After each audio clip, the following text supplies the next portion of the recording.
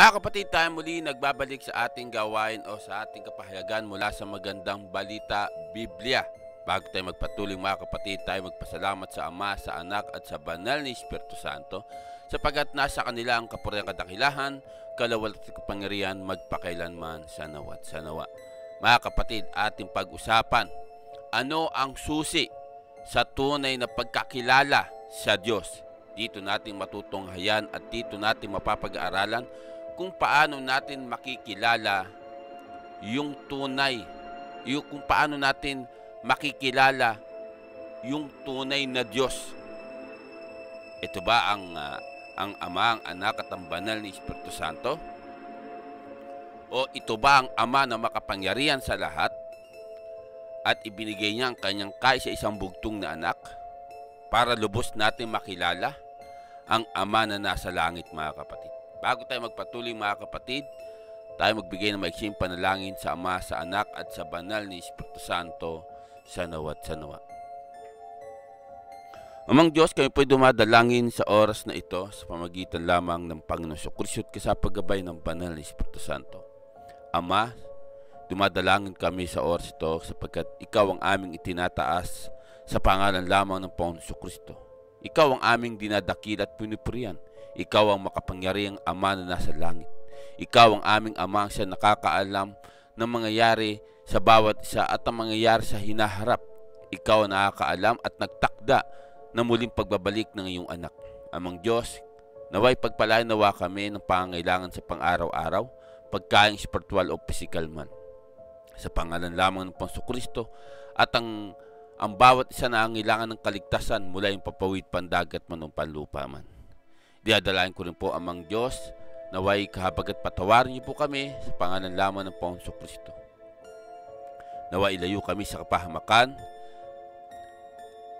ang bawat isa at nawa sa oras ito gabayan kami para mas makilala namin o maging sino man ang maging susi o ano ang paano malaman ang pagkakilala sa Diyos.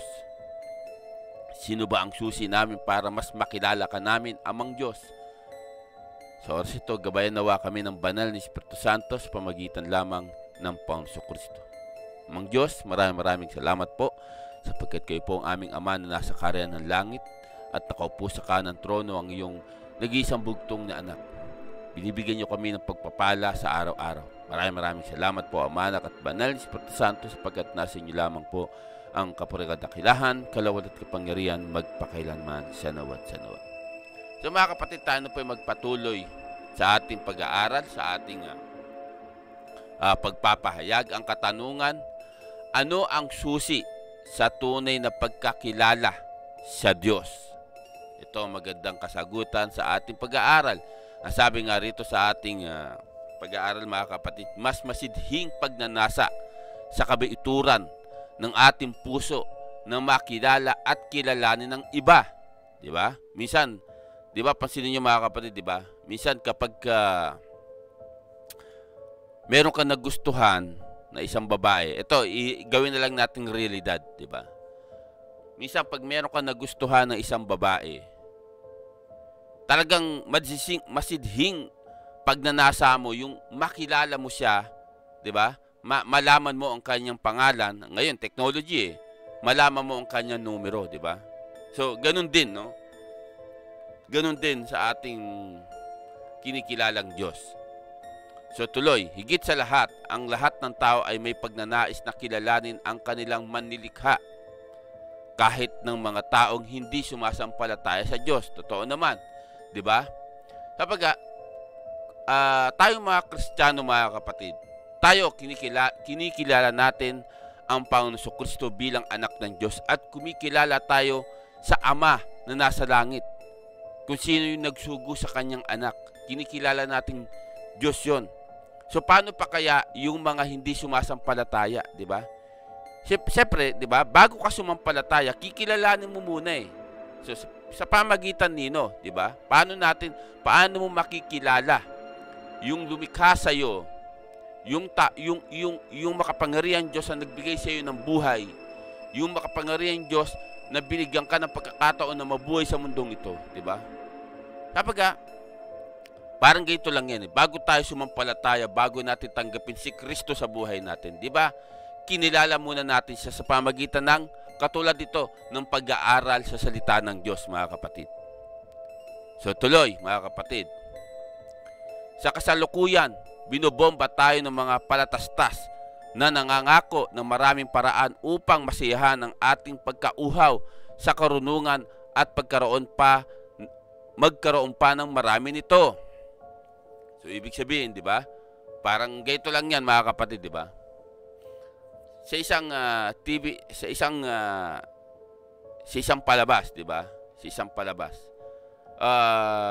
May palatastas yan, di ba, na isang paano niya ipagmamalaki kung gaano kasarap yung isang soft drinks, di ba?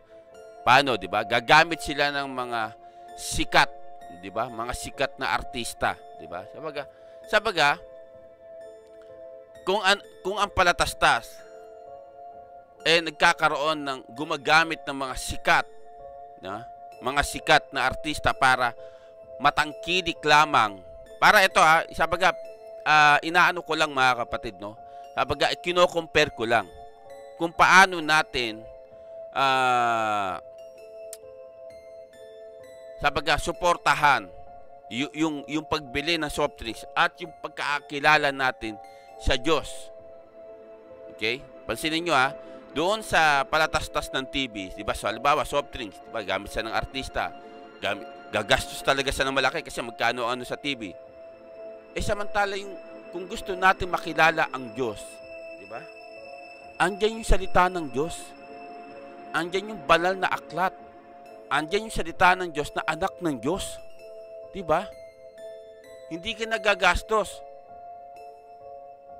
Halimbawa, sabi ng iba, hindi raw banal yung Biblia na nasa loob ng application ng Android. Hindi nga sa banal kasi nga technology. Pero yung binabasa mo doon na nakapaloob sa technology, yun ang banal. Yung nababasa mo, yun ang banal. So, madali na i-download. Kung gusto mo makilala ang Diyos, i-download mo sa Play Store. Type mo lang Biblia o ang Biblia o ang Bible, Tagalog. I-type mo lang.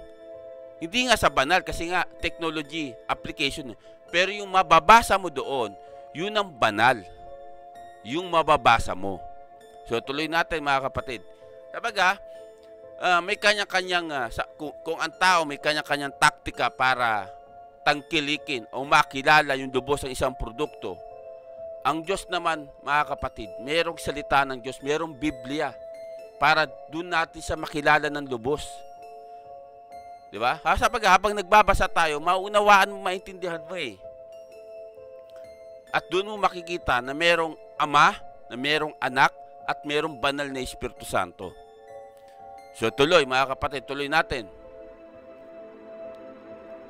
So, sinabi ni Jesus sa Juan 17:3 ay ganito, mga kapatid.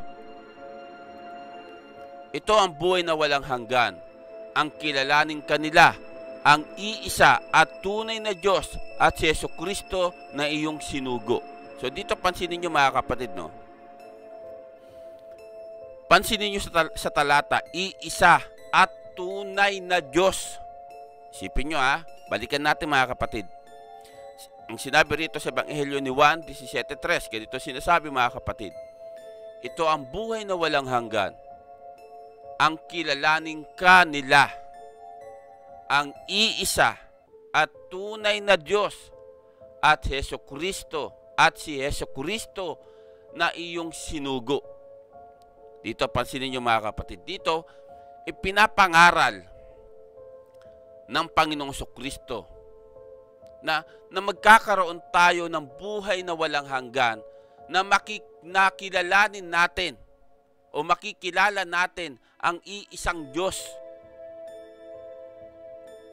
Sipin nyo para tayo magkaroon ng buhay na walang hanggan, dapat natin makilala ang iisang Diyos at yung isinugo ng Diyos. walang iba kundi ang Panginoong Kristo, mga kapatid. So ngayon, ako bilang isang Kristiyano na naniniwala sa Diyos Ama, Diyos Anak at Diyos Espiritu.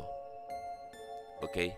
Ako naniniwala ko sa Diyos Ama, Diyos Anak at Diyos Espiritu. Ngayon, sinasabi ng talata, iisa. Tandaan nyo, mga kapatid, sa iisang pagka-Diyos, sabi ko nga, lagi ko nga pinapaliwanag sa iisang pagka-Diyos na titulo, yung pangalan sa iisang pagka-Diyos, huwag natin kalilimutan na may nakapaloob doon na Diyos Ama, Diyos Anak at Diyos Espiritu. Ngayon, kung bakit sinabi ng Panginoong Kristo rito sa 1:17-3, sabi nga rito, ulitin natin, mga kapatid, ang buhay, ito ang buhay na walang hanggan, ang kilalanin ka nila. Kilalanin natin ang makapangyarihan Diyos, ang iisang Ama at tunay na Diyos at si Jesucristo na iyong sinugo. Ibig sabihin, ang gusto iparating sa atin ng Ama na makilala natin na merong iisang Diyos na makapangyarihang Ama na siyang lumikha ng langit, lupa at impyerno. At huwag naman natin kalilimutan ang Panginoong Kristo nang pinagmula ng kanyang nilikha. Tandaan natin, mga kapatid, ang lahat ng nilikha ng Ama na nasa langit ay sa pamagitan lamang ng Panginoong Kristo. Wala sang ibang nilikha kundi sa pamagitan ng kanyang anak.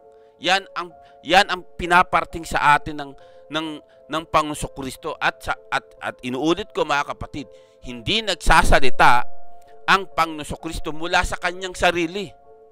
Sinasabi niya ito, pinapahayag niya ito sa mga apostol na mismo nakuha niya sa Ama na nasa langit.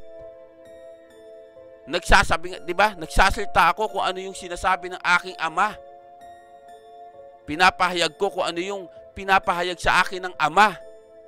Tandaan natin, doon iisa sila, nagkakaisa sila sa layunin. Yan ang lagi natin tatandaan, mga kapatid. Oo, may iisang Diyos na makapangyarihang Ama, yung nasa langit. Pero wag naman natin kalimutan yung anak, yung namatay sa krus at muling nabuhay sa ikatlong araw. At wag naman natin kalilimutan, mga kapatid, yung banal na Espiritu Santo na isinugo ng Ama sa pangalan ng anak. Yan ang wag natin kalilimutan, mga kapatid.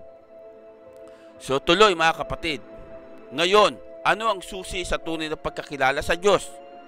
Dito natin matutunghayan, mga kapatid. Una,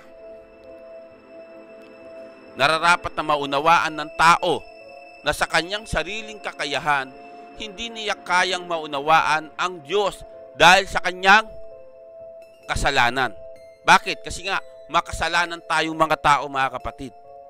Hindi mo basta-basta mauunawaan na yung sariling pagsisikap na hindi ka kumikilala sa Diyos kung paano mo mauunawaan ang banal na salita o ang Biblia. Dapat mo, tandaan natin, mga kapatid, no? Dapat bago mo saliksikin ang salita ng Diyos, kailangan meron kang goal na tanggapin si Kristo. Tanggapin mo yung Ama, tanggapin yung banal na Espiritu Santo bago ka magsimula na bago ka magsaliksik na hanapin mo yung katotohanan sa pamagitan ng banal na aklat. Kasi kung babasahin mo lang siya kung babasahin mo ang banal na salita na wala kang intensyon o wala kang hinahangad ng katotohanan, wala yon. Kasi mga kapatid, ang pinapagana mo lang yung isip mo. Yun ang nangyayari doon, mga kapatid. Kaya hindi niya basta-basta mauunawaan kung ano yung nais iparting sa ating mga tao, yung nilalaman ng banal na aklat o ng Biblia. So ito nga, sabi ko nga, bakit tayo nagkaroon ng pag-aaral? Ito nga, ngayon, ano ang susi sa tunay na pagkakilala sa Diyos? Di ba? Pansinin nyo, mga kapatid. Ngayon, ano ang susi sa tunay na pagkakilala sa Diyos? Bago ko sagutin, mamaya ko na sasagutin yan. Dito pag-aralan natin, mga kapatid. Una, sabi nga rito, nararapat na maunawaan ng tao na sa kanyang sariling kakayahan, hindi niya kayang maunawaan ng Diyos dahil sa kanyang kasalanan kasi makasalanan tayo eh. Tandaan natin yan mga kapatid. At ipinahayag sa atin ng kasulatan na ang lahat ng tao ay nagkasala. Dito mababasa natin sa Roma, aklat ng Roma 3:23, sapagkat ang lahat ay nagkasala at walang sinumang karapat-dapat sa paningin ng Diyos. Isipin niyo mga kapatid ha. Lahat nagkasala at walang sinuman karapat-dapat sa Diyos. Kasi lahat tayong makasalanan mga kapatid.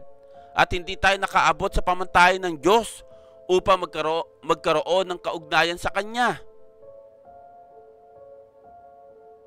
Tandaan natin mga kapatid. Hindi tayo karapat-dapat sa Diyos at hindi tayo nakaabot sa pamantayan ng Diyos.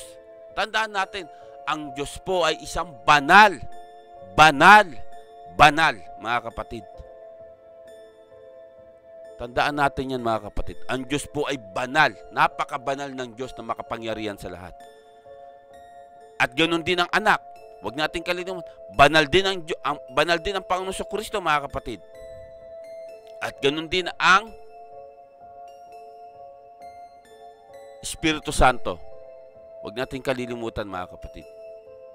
So ngayon, tuloy natin. Sinasabi din sa kasulatan na ang kabayaran ng kasalanan ay kamatayan.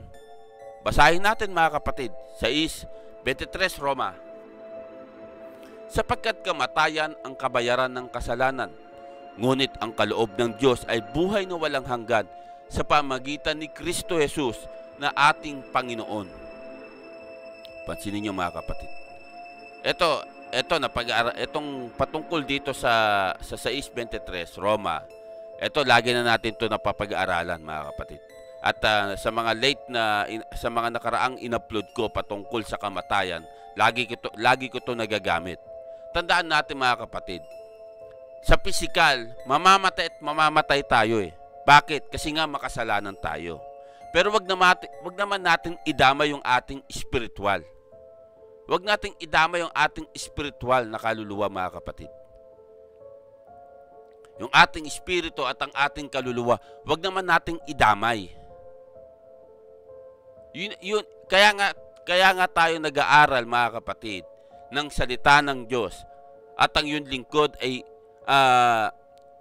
nagkakaroon ng oras, nagbibigay oras na makapag-aral, makapagturo. Dahil ang nais natin ay buhay na walang hanggan sa pamagitan nino ng Panginoong Jesucristo. Diba? Mamamatay itong physical natin, pero meron tayong buhay na walang hanggan sa pamagitan ng Panginoong Jesucristo at tatanggapin natin yung buhay na walang hanggan sa darating na hinaharap mga kapatid. Tandaan natin yan mga kapatid. Hindi porket nabubuhay tayo na maayos sa mundong ito. Hindi porket nasa atin na ang lahat. Kalilimutan na natin yung pangako ng Diyos, yung nais ibinigay ng Diyos sa atin. Yung buhay na walang hanggan. Ayaw nga ng Ama eh, di ba? Ayaw ng Ama na mamapahamak ang lahat ng tao. Kaya ibinigay niya ang kanyang kaisa-isang bugtong na anak. Di ba? Ito, isingit ko lang mga kapatid, isingit ko lang. Sabi rito sa 1:16, ganito sinasabi ng Panginoon Jesucristo. Gayon na lamang ang pag-ibig ng Diyos sa sanlibutan. Kaya ibinigay niya ang kanyang bugtong na anak upang ang sumampalataya sa Kanya ay hindi mapahamak, kundi magkaroon ng buhay na walang hanggan. Yan ang layo ng Ama eh, mga kapatid. Yan ang nais ng Ama na ayaw tayo mapahamak at sa pamagitan ng kanyang bugtong na anak ay magkakaroon tayo ng buhay na walang hanggan. Diba? Tandaan natin mga kapatid.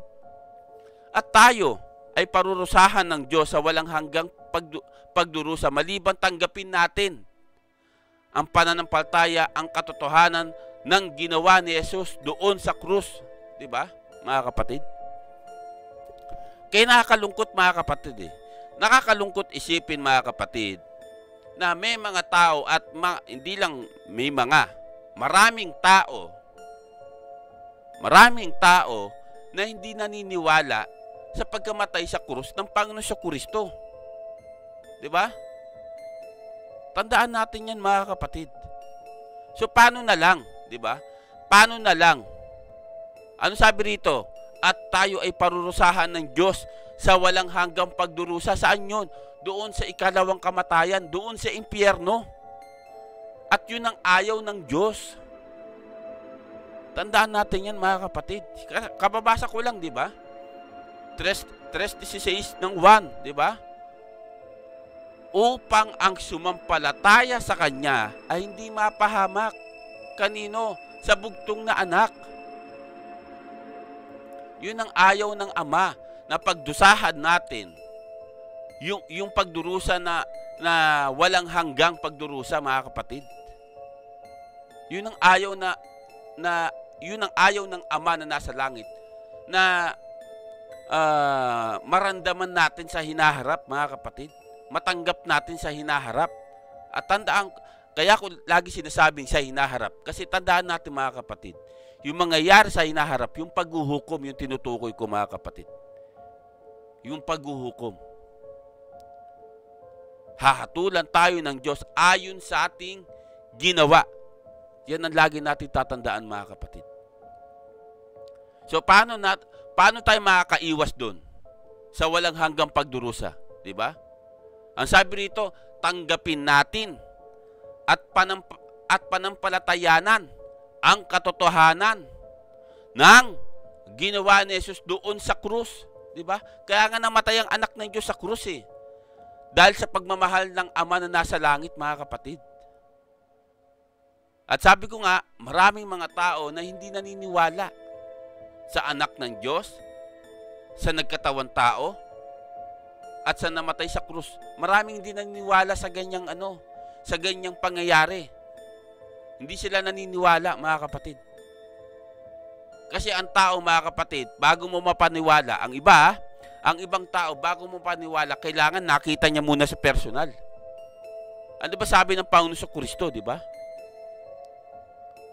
Mas mapalad yung mga taong naniniwala kahit hindi nila nakita.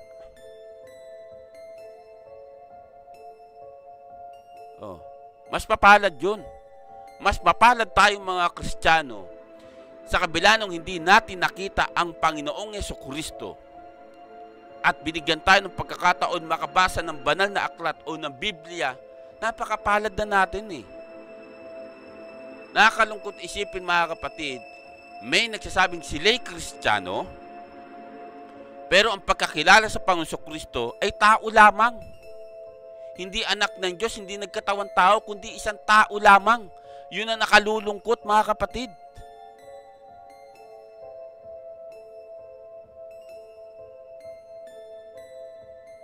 Tandaan natin, mga kapatid, ano ba ang layo ng channel na ito? Ang layo ng channel na ito, mga kapatid, ay makaalam ang bawat isa na merong Ama na nag-aantay sa atin sa langit, na merong anak na nagkatawang tao,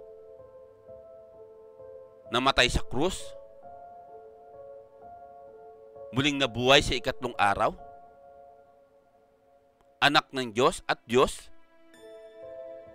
at merong banal na Espiritu Santo na isang gumagabay sa bawat isa sa pangalan lamang ng Panginoong Kristo, dahil yun ang kalooban ng Ama na nasa langit. Ito yung layo ng channel nito, mga kapatid, na ipaalam sa bawat isa na merong buhay na walang hanggan na ibinibigay ng Ama na nasa langit sa pamagitan nino? Sa pamagitan ng Panginoong Kristo at gabay ng banal na Espiritu Santo, mga kapatid. Tandaan natin yan. So tuloy, mga kapatid, tuloy natin. Kaya upang tunay na makilala ang Diyos, dapat muna nating tanggapin sino? Ang Panginoong Kristo, mga kapatid. Siya o sa ating mga buhay. Diba? Kaya upang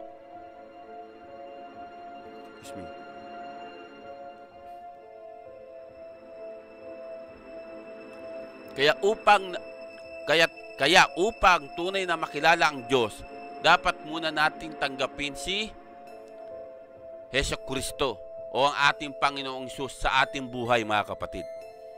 Bakit, mga kapatid?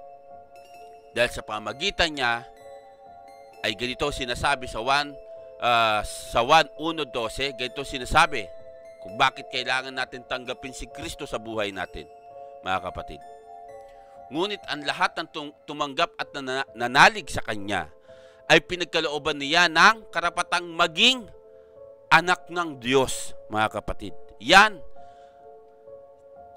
ang dahilan, mga kapatid, kung bakit sinabi sa 1:3-16 ay ganito, gayon na lamang ang pag-ibig ng Diyos sa sanlibutan. Kaya ibinigay niya ang Kanyang bugtong na anak upang ang sumampalataya sa Kanya ay hindi mapahamak, kundi magkaroon ng buhay na walang hanggan. Isipin niyo, mga kapatid. Diba? Kung mananalig ka sa Kanya, tatanggapin mo siya. Tayo ay nagkaroon ng karapatang maging mga anak ng Diyos. Meron bang anak ng Diyos na pinarusahan doon sa ikalawang kamatayan? Wala, di ba? Meron yung mga tinatawag na anghel. Ayun naman talaga, suwahil na anak yun, kaya itinapon yun doon sa impyerno. Tandaan natin yan, mga kapatid. Kasi tandaan natin, nung sa lumang tipan, ang tawag ng mga tao sa mga anghel ay anak ng Diyos. Mababasa nyo yan sa lumang tipan, mga kapatid. So tuloy, mga kapatid. Tuloy natin. So, ibig sabihin, mga kapatid, dito sa 1:1-12, na sinabi rito, ngunit ang lahat ng tumanggap sa Panginoon Kristo, ibig sabihin, ngunit ang lahat ng tumanggap at nananalig sa Kanya, sa Panginoon Kristo, ay pinagkalooban niya ng karapatang maging anak ng Diyos, mga kapatid. Kaya kailangan natin tanggapin sa buhay natin ang Panginoong Hesukristo para tayo tawagi at tayo ay magkaroon ng karapatang maging mga anak ng Diyos, mga kapatid. Tandaan natin yan, mga kapatid. So tuloy, wala nang mas mahalaga sa pangunawa o pangunawa sa katotohanan ito. Tandaan natin yan, mga kapatid. Wala nang mas mahalaga mga kapatid, mas naisin natin, no? Mas naisin natin na maging mga anak ng Diyos kesa sa kaaway ng Diyos. Tandaan natin, mas naisin natin yung maging mga anak ng Diyos kesa maging kaaway ng Diyos. Tandaan natin yan, mga kapatid. So tuloy, malinaw na sinasabi ni Jesus na siya lamang ang daan patungo sa Ama sa langit at sa isang personal na relasyon sa Diyos. Sinasabi ni Jesus sa 1:14-16, ito, paborito ko to, mga kapatid. 1:14-16, ganito sinasabi ng Panginoong Kristo. Sumagot si Jesus, ako ang daan, ang katotohanan at ang buhay. Walang makapupunta sa Ama kundi sa pamagitan ko. Isipin niyo, mga kapatid, hindi tayo makapupunta sa Ama kundi sa pamagitan lamang ng Panginoong Kristo, mga kapatid. Walang ibang daan, walang ibang katotohanan, walang ibang buhay, kundi sa pamagitan lamang ng Panginoong Kristo. Tandaan natin yan, mga kapatid. Kaya nga sinabi rito, mga kapatid, malinaw na sinasabi ni Jesus na siya lamang ang daan patungo sa Ama sa langit at sa isang personal na relasyon sa Diyos. Yan ang tatandaan natin, mga kapatid. Itong wag na wag nating kalilimutan, itong talata na ito. May mga ibang tao na hindi naniniwala sa talatang ito. Bakit? Kasi paano masasabi nila? Ito, sabi ng iba, ito, narinig ko lang. Paano masasabi na si Kristo, hindi naman si Kristo nagsulat niyan? Si Juan na nagsulat niyan eh. Alam niyo yung sagot na philosophy? Pilosopo? Di ba? Yung logic ng pagiging pilosopo ng tao, hindi nila, sabi niya, hindi namin tatanggapin yan. Bakit? Hindi naman si Kristo nagsulat niyan eh. Si Juan na nagsulat niyan eh. Yan ang nakakalungkot sa tao, mga kapatid eh. Yan ang nakalulungkot sa tao. di ba? At dito makikita natin mga kapatid, di ba? Siya ang daan. Wala tayo ibang daraanan kundi ang Panginoong Kristo, mga kapatid. Di ba? At ibinigay yung katotohanan sa pangalan ng Panginoong Kristo ng Ama para malaman natin sa pamamagitan ng banal na Espiritu Santo. At makakatanggap tayo ng buhay na walang hanggan sa pamamagitan lamang ng Panginoong Jesucristo, mga kapatid. At makakaharap tayo sa Ama sa darating na hinaharap sa pamamagitan ng Panginoong Jesucristo. Kaya sinabi rito ng Panginoong Jesucristo, ako ang daan, ako ang katotohanan at ang buhay. Di ba? Walang makalalapit sa Ama kundi sa pamamagitan ko. Sipin niyo, mga kapatid, ha? So tuloy, walang hinihingi ang Diyos upang simulan ng paglalakbay patungo sa Kanya kundi sa pagtanggap sa mga pangakong nabanggit sa itaas. Di ba? Yung mga nabasa natin sa itaas, mga kapatid, walang patungo sa Kanya kundi yung mga nabasa natin. Ano yung mga nabasa natin, di ba? 1:14-6, kasasabi ko lang kanina, di ba? 1:1-12, di ba? Roman 3:23, Roman 6:23. Ito yung mga binabanggit dito. 1:17-3, di ba? Ito yung mga nabasa natin. So, sa mga talata na iyon, doon mo maunawaan kung ano yung ipinararating sa ating mga tao, mga kapatid. So tuloy, mga kapatid, tuloy natin. Binigyan tayo ni Jesus ng buhay sa pamagitan ng paghahandog niya ng kanyang sarili upang hindi na tayo mahadlangan ng ating kasalanan sa paglapit natin sa Diyos. Isipin niyo, mga kapatid, namatay ang Panginoong Kristo sa krus.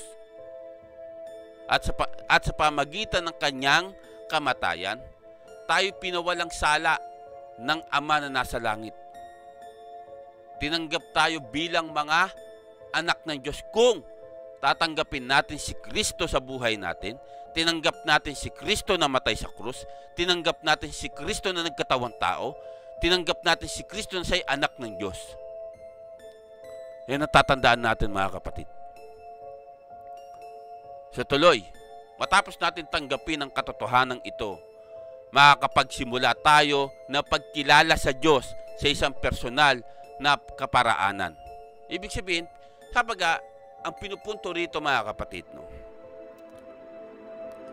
oras na tinanggap mo si Kristo sa buhay mo, magkakaroon ka ng pagkakataon na mas makilala ang Ama na nasa langit. Tandaan natin yan, mga kapatid. Huwag nating kalilimutan yun. Una, tanggapin natin si Kristo sa buhay natin. Pangalawa, sumunod tayo sa kalooban ng Ama na nasa langit.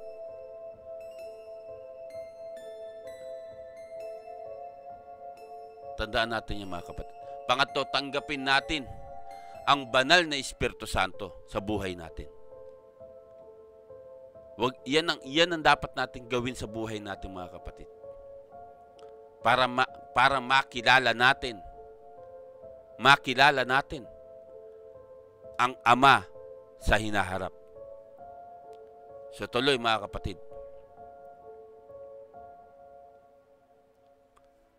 Ang isa sa mga pangunahing susi sa paglalakbay na ito ay ang pangunawa na ang Biblia ang salita ng Diyos, ang kapahayagan niya ng kanyang sarili, ng kanyang mga pangako at ng kanyang kalooban. Diba? Dito, sabi ko nga, sa Biblia, sa banal na aklat o sa Holy Bible, doon mo matutunghayan doon mo malalaman lahat-lahat ang nais mong hinahanap, mga kapatid. Sa Biblia o sa Holy Bible o sa banal na aklat, doon mo sana mas lubos na makikilala ang Ama, ang Anak at ang banal na Espiritu Santo. Yan ang lagi nating iisipin, mga kapatid. Kung gusto natin na malaman ang kanyang mga pangako, basahin natin ang kanyang salita. Ang banal na aklat o ang Biblia. Kung gusto natin malaman ang kanyang mga kapahayagan mula sa kanyang sarili, basahin natin ang Biblia. Doon natin makikita ang katotohanan, mga kapatid. So tuloy, parang ganito lang, mga kapatid. Parang ganito lang. Ito napag-aralan na rin naman natin eh. Gawin natin sa tao, okay? Sa isang magkarelasyon. Sa dalawang nagliligawan. Sabi ko nga, naranasan ko to eh. Pag ako sumusulat doon sa nililigawan ko, sinasabi ko lahat yung nararamdaman ko. Kasi nung panahon, hindi uso yung cellphone eh. Kasi batang 90s ako eh. Hindi uso cellphone, mga kapatid. Love letter lang kung tawagin. Talagang gagandahan ko sulat ko eh. Bakit? Kasi para lang maipakita ko na maganda ang sulat ko at maganda ang hangarin ko. Diba? Kasi magsusulat talaga ako. At kapag natanggap niya yon, ako naman mag-aantay ng sagot. Diba? Ako yung mag-aantay ng sagot. Na wala akong sa kakaantay ko, walang dumating. Bakit? Kasi nga, pag nagpapadala ako ng sulat, mga kapatid, ang nakakatanggap yung nanay. Probinsyana, sa probinsya ako, taga Maynila. Kaya pala hindi siya sumasagot. Nanay niya raw yung nakakatanggap ng sulat. Kaya hindi siya makasagot. Kaya ako pala si manliligaw, antay ng antay, wala rin pala. So lumipas ang panahon, aksidente na nagkasulubong yata kami sa isang mall. Kung di ako nagkakamali, parang nagkasulubong kami sa isang mall. Buti wala akong kasama noon, wala rin kasama. Yun, napagkwentuhan, mga nakaraan. Kaya sinabi ko, nung panahon na sumusulat ako, antay ako na antay sa'yo, pero di ka sumasagot. Sabi kong ganun. Tapos sabi niya, hindi, paano ako makakasagot? Nanay ko yung nakakatanggap ng sulat mo lagi. Sabi ganun sa akin. Sabaga, dito, pinaparting lang natin, mga kapatid. No? Pinaparting ko lang na ganun din ang Diyos mga kapatid Yung Biblia ay parang ganun na lang din, mga kapatid. Hindi parang ganun na nga, 'di ba? Ang Biblia ay sulat ng Diyos sa ating mga tao. Pinapaalam niya yung kanyang kalooban. Pinapaalam niya yung kanyang mga pangako. Yun ang nais ng Diyos sa ating mga tao, mga kapatid Kaya nga ibinigay sa atin at mapalad tayo, glory to God. Nakaabot sa atin ang banal na aklat. Nakarating sa ating panahon yung banal na aklat o ang Biblia, mga kapatid. Isipin niyo yun, mga kapatid. Di ba? Tandaan natin, mga kapatid, no? Kung gusto natin lubos na makilala ang Ama, ang Anak, at ang banal na Espiritu Santo, magbasa tayo, mga kapatid. Basahin mo ang banal na aklat. Kung ikaw ay umuubos ng oras kaka-Facebook, kaka-Twitter, kaka-Instagram, kaka-YouTube, ba't hindi ka maglaan ng kaunting oras? 30 minutes? Kung ayaw mo, 20 minutes. Kung ayaw mo pa rin, 15 minutes. Kung talagang ayaw mo, 10 minutes. Kung talagang napipilitan ka lang, 5 minuto. Magbigay ka ng 5 minuto na makapagbasa ng Biblia o ng banal na aklat, mga kapatid. Kasi yung banal na aklat o ang Biblia, liham yan para sa ating mga tao mula sa Diyos. Yan ang tatandaan natin, mga kapatid. Nandyan lahat nakapaloob yung nais ng Ama na para sa ating mga tao. Diba? Kaya ako ikinumpara, diba, sa sarili ko na nung panahon ako'y nandiligaw. Sabaga, doon sa sulat ko, pinaparating ko yung nais ko iparating doon sa babaeng nililigawan ko. Diba? Na lagi ko sinasabi ro kasi taga Manila ako Antayin mo ko dyan sa February, uwi ako, kikita na tayo, ganyan, ganyan, ganyan. Diba? Andun, mga kapatid. Ganon din. Diba? Ganon din ang banal na aklat, mga kapatid. Pero makapangyarihan ang banal na aklat. Bakit? Kasi salita ng Diyos yan eh. Salita ng Diyos yan, mga kapatid. So tuloy, mga kapatid, tuloy natin. Ang Biblia sa asensya ng liham ng pag-ibig sa atin ng Diyos na lumikha sa atin upang atin siyang maunawaan at makilala. Ito yung sinasabi ko kanina, mga kapatid. So tuloy, wala nang iba pang mas mabisang paraan sa pagkilala sa ating manlilikha maliban sa pagbabasa ng kanyang salita na nahayag sa atin. Diba? Napakapalad natin, mga kapatid. Sipin nyo, mga kapatid. Napakapalad nating mga tao. Bakit? Kasi ipinadama ng Diyos ang kanyang pagmamahal sa atin nung nagkatawang tao ang kanyang bugtong na anak. At ipinadama ng Diyos ang kanyang pagmamahal sa atin ulit nung namatay sa krus ang kanyang anak. At mas pinadama sa atin ng Ama ng kanyang pagmamahal sa ating mga tao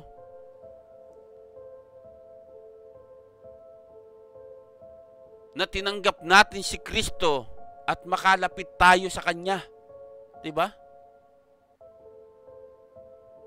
Yun ang pagmamahal ng Diyos. At mas inibig tayo ng Ama nung binigyan tayo ng buhay na walang hanggan sa pamagitan ng Kanyang anak, mga kapatid.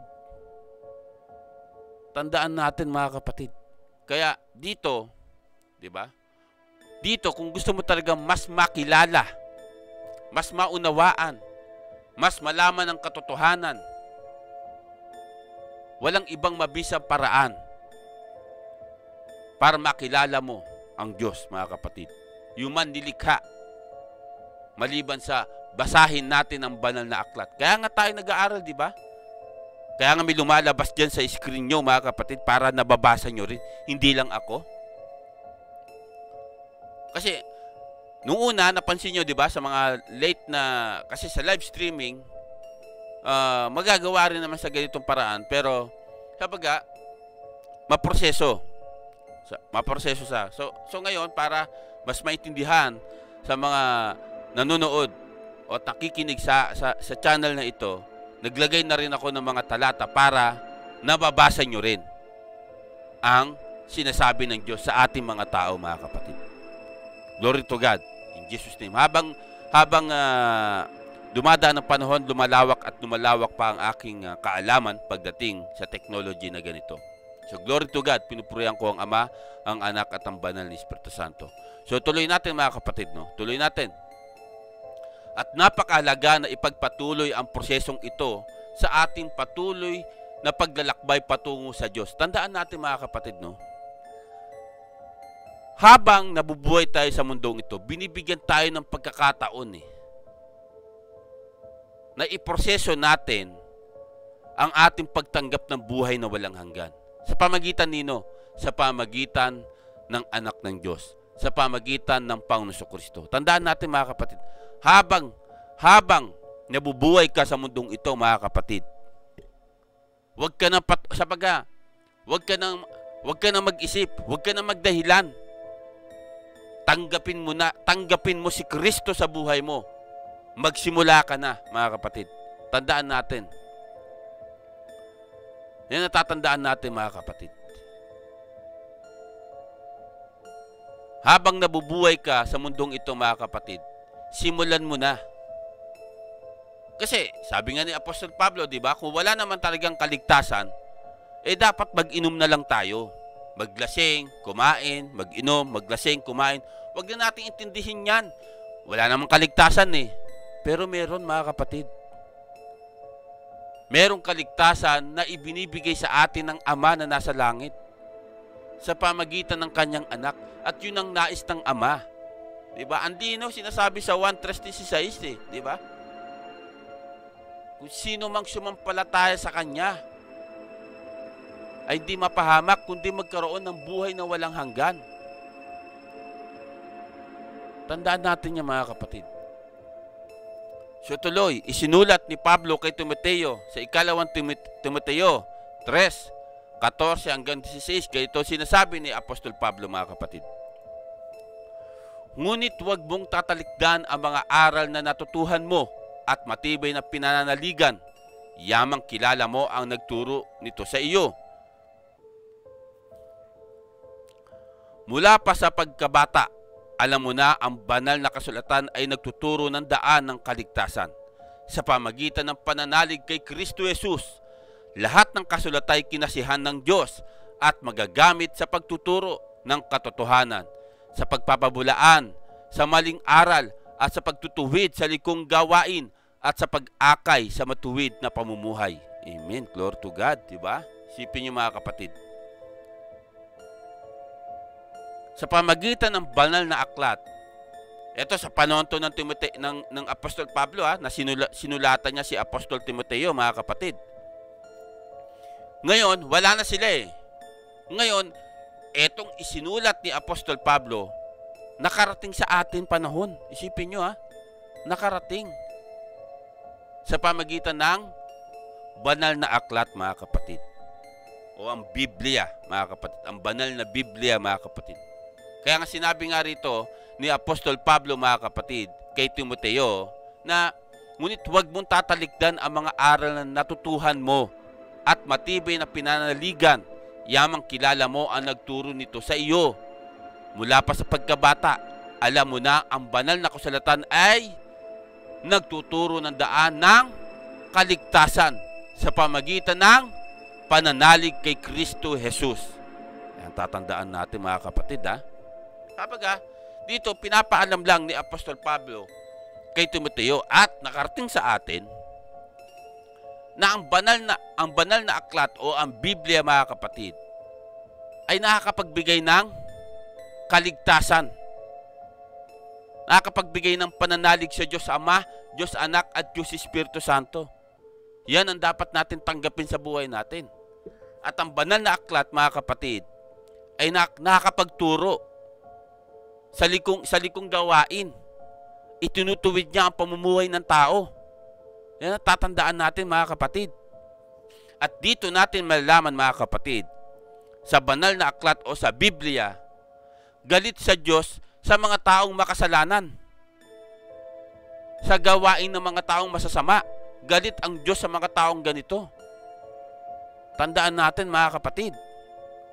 So tuloy, sa huli, kinakailangan nating pagtalaga sa pagsunod sa ating mababasa o nababasa sa kasulatan ang tunay na pagkakilala sa Diyos. Diba? Ang totoo, tayo ay nilikha upang iukol ang ating buhay sa paggawa ng mabuti. Totoo naman, ito ay makikita natin sa Efeso 2:10. Ganito sinasabi ni Apostol Pablo sa mga taga-Efeso. Tayo kanyang nilalang, nilikha sa pamagitan ni Kristo Jesus upang iukol natin ang ating buhay sa paggawa ng mabuti at itinalaga ng Diyos para sa atin noon noong pa mang una. Ibig sabihin pala, mga kapatid, noon pa naman pala di ba? Itinalaga na tayo ng Diyos. Di ba?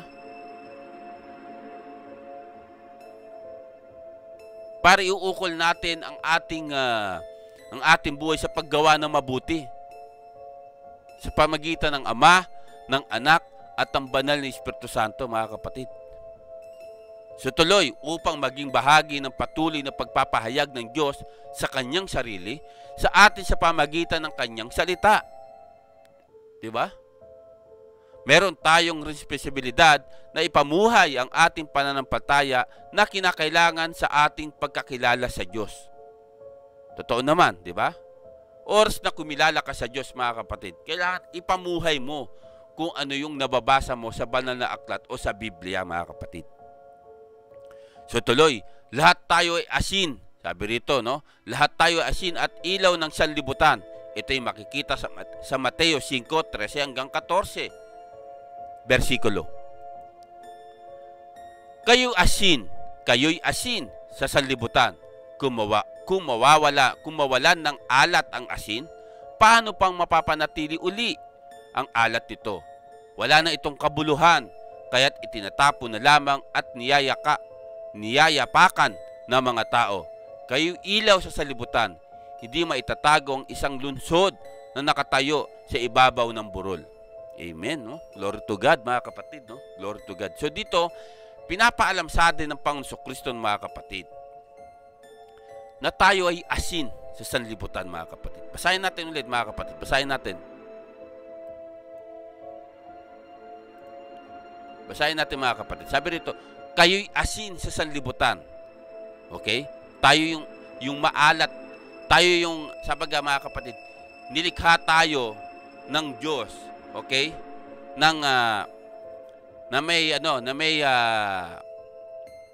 May halaga. Okay? May halaga sa paningin ng Diyos. Ngayon, sabi rito, kung mawalan ng alat ng asin, paano pang mapapanatili ang alat nito? Ibig sabihin, mga kapatid, kung tayo, mga kapatid, no, kung tayo ay mawalan ng halaga sa paningin ng Diyos, paano pa uli mapapanatili sa paningin ng Diyos, mga kapatid? Wala na itong kabuluhan. Kasi mas pinili na natin, mga kapatid, yung gumawa ng kasalanan. Sabi rito, wala na itong kabuluhan, kaya itinatapon na lamang at niyayapakan ng mga tao. Sabaga, ito, mga kapatid, sinasabi rito, kapag patuloy kang gumagawa ng pagkakasala sa paningin ng Diyos at pinabayaan mo mawala ang halaga mo sa paningin ng Diyos, saka itatapon doon sa ikalawang kamatayan, mga kapatid. Kaya nga sabi ng Panginoong Kristo rito, mga kapatid, kayo ilaw sa sanlibutan, hindi maitatagong isang lunsod na nakatayo sa ibabaw ng burol. Isipin nyo, mga kapatid, ibig sabihin, tayo ang liwanag ng Diyos sabaga, mga kapatid, kailangan tayo ay magliliwanag sa paningin ng Diyos, mga kapatid. Hindi na kailangan, wala tayong itatago na masama sa paningin ng Diyos. Tandaan natin, mga kapatid, dito pinapaalam sa atin ng Panginoon Kristo. Diba? Kaya nga, diba, or sa tinanggap mo si Kristo sa buhay mo, tatalikdan mo na lahat ng paggawa mo masama eh. Kailangan mo ng talikuran lahat eh. At wala nang maitatago doon. Diba? Oras na tinanggap mo si Kristo sa buhay mo, mga kapatid, magliliwanag ka sa paningin ng Diyos. Yung ilaw natin doon sa karen na langit, magliliwanag. Wag mo nang talikuran yun. Wag mo nang pahinain pa. Bagkus kailangan panatilihin mo yung liwanag mo sa paningin ng Diyos sa pamagitan ng kanyang anak, sa pamagitan ng Panginoon Kristo, mga kapatid. Tandaan natin yan, mga kapatid. So tuloy, at dinisenyo ng Diyos upang magbigay ng lasa sa mundo, upang magsilbing maningning na liwanag sa gitna ng kadiliman. Sipin nyo, mga kapatid. Diba? Sipin nyo, pansinin nyo, mga kapatid. Sa isang grupo, halimbawa, sa isang grupo na lang, ito, pansinin nyo. Sa isang grupo, meron dyan makadiyos. Sabihin natin, halimbawa lang, at halos lahat ay makasalanan. So, yung isang tao na yon, isang makadiyos, isang nagbabasa ng Biblia, isang tumanggap kay Kristo, at lagi niya ipinamamahagi sa kanyang mga kaibigan, sa kanyang mga kakilala, yung salita ng Diyos, ayaw tanggapin. Bakit? Kasi makikita't makikita nila ang kanilang ginagawang pagkakamali o ginagawa nilang mga kasalanan. Yan ang pinupunto rito, mga kapatid. So tuloy, mga kapatid, tuloy natin. Hindi lamang natin kailangang basahin ng Biblia, kundi dapat nating ilapat ito sa araw-araw sa ating buhay at manatili tayong tapat na sumusunod sa Kanya. Ito yung makikita natin sa Hebreo 12:1. Ito sinasabi, mga kapatid. Yamang naligid tayo ng makapal na saksi, iwaksin natin ang kasalanan at ang anumang balakid sa pumipigil sa atin, at tayo buong tiyagang magpatuloy sa takbuhin na nasa ating harapan.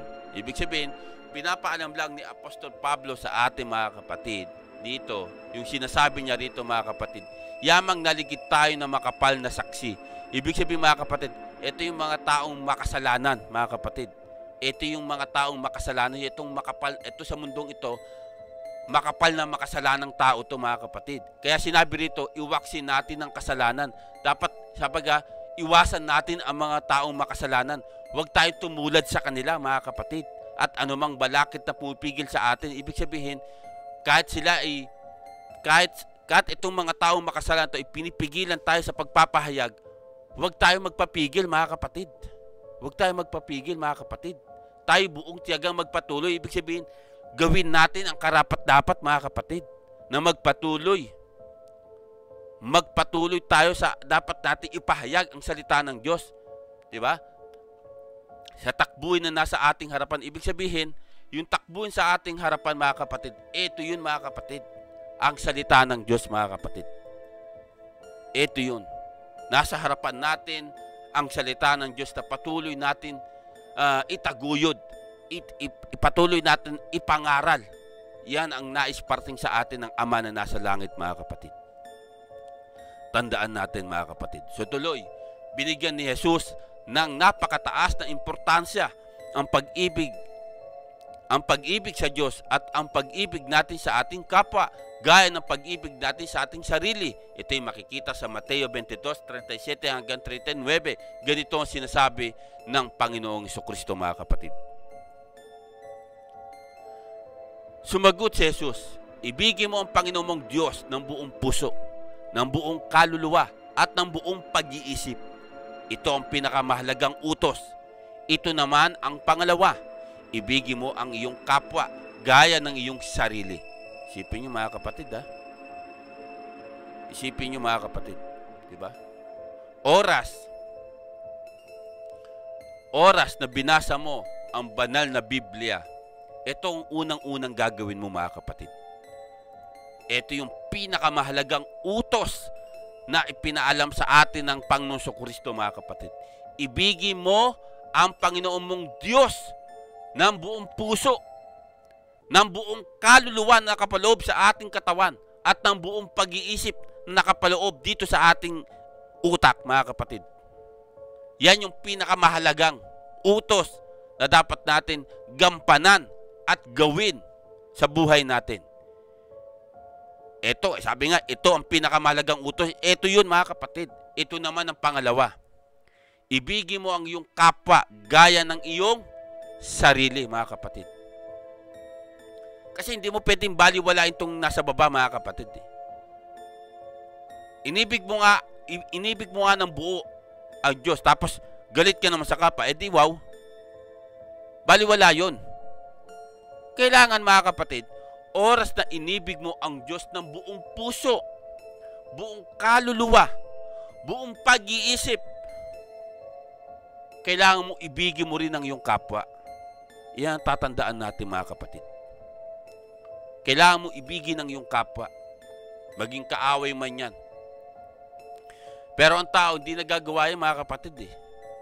Bakit? Kasi ang tao mapagtanim ng sama ng loob. Yan ang tatandaan natin mga kapatid. Pero kung tinanggap mo ang Panginoong Jesucristo at inibig mo ng buong puso, buong kaluluwa, buong pag-iisip, na inibig mo makapangyarihang Diyos Ama, ang Anak, at ang banal na Espiritu Santo, ganun din ang gagawin mo sa kapwa mo mga kapatid. Yan ang tatandaan natin. So tuloy, ang utos na ito ay posibleng masunod kung hindi natin itatalaga ang ating sarili sa pag-aaral at pagsasamuhay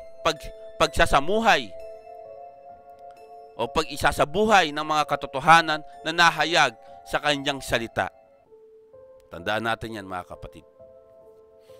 Ito ang mga susi sa tunay na pagkakilala sa Diyos. Kinakailangan ang pagtatalaga ng ating mga buhay gaya ng pananalangin, pagbabasa ng kanyang mga salita, pagpapatotoo, pakikisama sa kapwa, pananampalataya at pagsamba. Diba? Sabaga mga kapatid, dito mga kapatid, kailangan kapag ginawa mo ito, na lubos mo na nakilala ang Diyos, kailangan makita sa iyong sarili. Makita sa iyong pagkatao. Makita sa iyong pamumuhay. Para doon makita ng ibang tao, ganito pala ang Kristiyano. 'Di ba? Ganito pala ang isang Kristiyano. 'Di ba? Sapaga, makikita ng ibang tao na kung ano yung natututunan mo sa pagbabasa ng Biblia, kung ano yung nakikita mo ay nalalaman mo sa pagbabasa ng Biblia, ganito pala ang isang Kristiyano, mga kapatid. Tandaan natin yan. So tuloy, ngunit, sabi rito mga kapatid, no? Ngunit ang makakagawa lamang nito ay yaong mga tumanggap kay Jesus at sa kanyang mga pangako. At yaong mga umamin na sa kanilang sariling kakayahan ay hindi nila maaaring makilala ng tunay ang Diyos. Ng tunay na Diyos. Dito mga kapatid, no? Ang yun lingkod, mga kapatid, no? Sabi ko nga, ang yun lingkod, hindi pa ako ganong kalawak ang pagkakilala ko sa Diyos Ama, Diyos Anak, at Diyos Espiritu. Inaamin ko yun eh. Kaya nga patuloy akong nag-aaral, no, nagpapahayag para sa kabila nung unti-unti natin na natutuklasan, kasabay ko kayo sa mga nanonood dito, kasabay ko kayo, natutuklasan niyo rin, 'di ba? Katulad ko, natutuklasan. Glory to God, mga kapatid, no. Glory to God. Talaga naman nagpapasalamat ako sa Ama, sa Anak at sa Banal na Espiritu na talagang binigyan tayo ng pagkakataon na gaytong pag-aaral, gaytong kakayahan na ipalaganap ang kanyang salita. Kasi sa tuwing nagkakaroon ako ng pag-aaral, doon ko natutunghayan eh, doon ko nalalaman eh. Napakahalaga pala ng buhay ng isang tao sa mundong ibabaw. 'Di ba? Ang dami kong live streaming diyan, mga kapatid, patungkol, 'di ba? Daanan nyo, puntahan nyo yung mga ibang live streaming ko diyan, mga kapatid. At doon nyo malalaman, mga kapatid. Tandaan natin, mga kapatid, no? Sa mundong ito, walang panghabang buhay. Walang tao na mabubuhay panghabang buhay. Wala. Lahat po tayo ay mamamatay, mga kapatid. Tandaan natin. Lahat tayo mamamatay, lahat mawawala. 'Di ba sabi nga ng Panginoong Kristo, 'di ba? Makamit mo man ang lahat ng yaman sa mundong ito. Pero kung kinuha na ng Diyos ang buhay mo, wala kang magagawa eh. Wala kang magagawa, mga kapatid. Kaya nga sabi ni Apostol Pablo, makontento tayo sa kung anong meron tayo. Kung ano yung kinakain natin, kung ano yung dinaramit natin, makontento tayo. 'Di ba? Sabaga, ang nais lang naman ng Ama sa ating mga tao, mga kapatid, ay buhay na walang hanggan. Manumbalik tayo. Tanggapin natin si Kristo ng ating sabaga, kung tinanggap natin si Jesus, ang ating mga buhay ay mapupuspos ng Espiritu at makikilala natin ng Diyos sa isang malapit at personal na kaparaanan. Amen. Or sa tinanggap mo si Kristo sa buhay mo, lubos mong makikilala ang Ama na nasa langit at magkakaroon ka ng puspos ng paggabay ng banal ni Espiritu Santo. Tandaan natin yan, mga kapatid. Alam niyo, mga kapatid, no? Ang nais lang naman ng Ama, ulitin ko na lang ulit, mga kapatid, no, na ang nais lang naman ng Ama na nasa langit ay sumampalataya tayo sa kanyang nag-iisang anak para hindi tayo mapahamak doon sa ikalawang paghuhukom, doon sa impyerno, doon sa naglalagablab na apoy. Bakit? Kasi sa lamang ang daan, ang katotohanan at ang buhay. Hindi tayo makalalapit sa Ama kundi sa pamagitan ng Panginoong Kristo. Oras na, kapatid. Kung sino man nakakapanood ng video na ito, tanggapin natin si Kristo sa buhay natin. Huwag na tayo magdahilan kiso ganyan, kiso ganon. Kapatid, mahalaga ang buhay sa mundong ito kung meron tayong kahalagahan sa Kanya. Tandaan natin, kung tayo mga kapatid ay mahalaga sa paningin ng Diyos, dapat ang Diyos ay maging mahalaga rin sa buhay natin.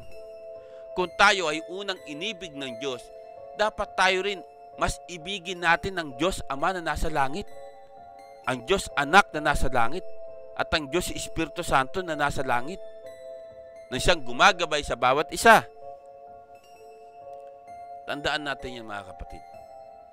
Ang nais ng Ama mga kapatid ay magkaroon tayo ng buhay na walang hanggan sa pamagitan ng Kanyang kaisa-isang bugtong na anak, walang iba kundi ang Panginoong Jesucristo. Nawa, natunghayan at natutunan natin mga kapatid na ano ang susi sa tunay na pagkakilala sa Diyos. Mga kapatid, walang ibang susi kundi ang Panginoong Jesucristo. Tandaan natin mga kapatid, ang Kanyang salita, ang anak ng Diyos mga kapatid. So paano natin lubos na makikilala ang Diyos?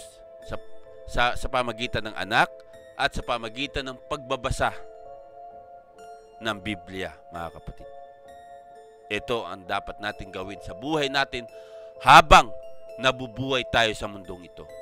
Huwag natin talikuran mga kapatid. Huwag nating hayaan na malunod tayo sa paggawa ng kasalanan. Oras na tanggapin natin si Kristo sa buhay natin mga kapatid. So nawa ating pasalamatan ng Ama, ang Anak at ang Banal na Espiritu Santo sa pag-aaral ito, sapagkat ginabayan tayo ng Ama, ng Anak at ng Banal na Espiritu Santo. So mga kapatid, ako'y muli nagpapasalamat sa lahat na sumusuporta sa channel na ito at tumatangkilit sa channel to 1, 2, 3 hanggang 10. Masaya na po ang iyong lingkod at hindi lang po ako naging masaya, kundi mas masaya ang Ama na nasa langit kung sino man nakakapanood sa mga pag-aaral na ito mga kapatid. So hanggang sumuli mga kapatid, bago tayo magtapos, tayo magbigay ng pasalamat sa Ama, sa Anak at sa Banal na Espiritu Santo na sa pamagitan ng panalangin. Amang Diyos, kami po ay nagpapasalamat sa oras ito. Nawa patubayan nawa ang iyong lingkod at ang bawat isa na kalawakan ng pangunawa sa iyong banal na aklat at sa pag-aaral to. Dito mas lubos namin kayo makikilala kung kami magpapatuloy na magbabasa ng iyong salita at pagtanggap namin sa buhay namin sa Panginoong Jesucristo. Ama, maraming salamat po sa lahat ng pagpapala na ibinibigay niyo sa bawat isa, at maraming salamat po sa lahat ng lahat na ginagawa nyo sa aming mga buhay sa pangalan lamang ng Panginoong Jesucristo. Ama, nawa, gabay nawa uli kami sa susunod na pag-aaral sa pangalan lamang ng Panginoong Jesucristo kasama paggabay ng Banal na Espiritu Santo. Maraming salamat po, Ama, Anak at Banal na Espiritu Santo, sa nawa at sa nawa. So, hanggang sa muli mga kapatid, nawa, talaga nagpapasalamat po ako sa bawat isa ng patuloy na tumatangkilik sa channel na ito. Maraming salamat po muli mga kapatid, sa nawa at sa nawa.